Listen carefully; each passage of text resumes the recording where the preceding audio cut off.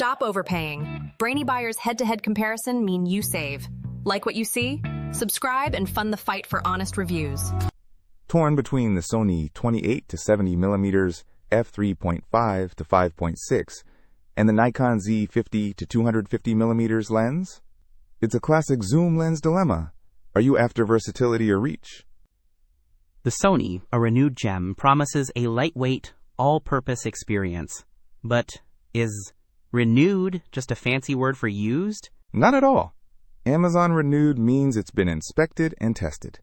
Think of it as a pre-loved lens with a new lease on life, plus a 90-day warranty.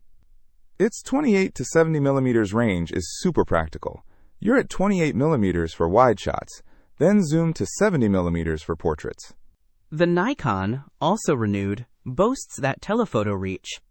But 50 to 250 millimeters on a Nikon Z mount, how does that translate in real-world use? Good question.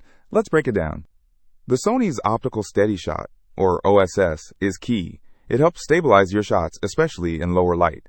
The lens itself is compact, only about 3.7, 4x 2.87 x 2.87 inches, and a pound in weight. Easy to carry around all day. The Nikon counters with vibration reduction, or VR. Crucially, its 50 to 250 millimeters range on a DX sensor gives you an effective 75 to 375 millimeters field of view. So you get serious zoom power, but is it sharp at the long end? That's the trade-off. The Nikon excels at bringing distant subjects closer. Think wildlife or sports photography.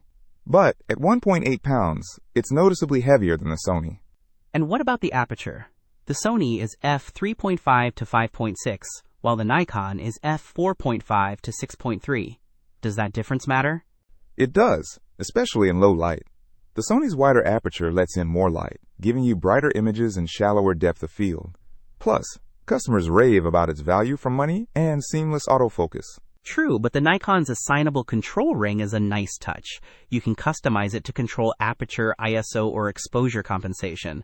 And that extra reach is hard to ignore if you're shooting subjects that are far away.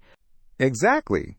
So for everyday versatility, the Sony 28-70mm is a solid, budget-friendly choice. But if you need to capture distant action with that telephoto punch, the Nikon 50 to 250mm wins. Consider what you shoot most, and let that guide your decision. Don't miss out on our next in-depth review to help you make smarter purchasing decisions. Hit that subscribe button and the notification bell so you're always in the know.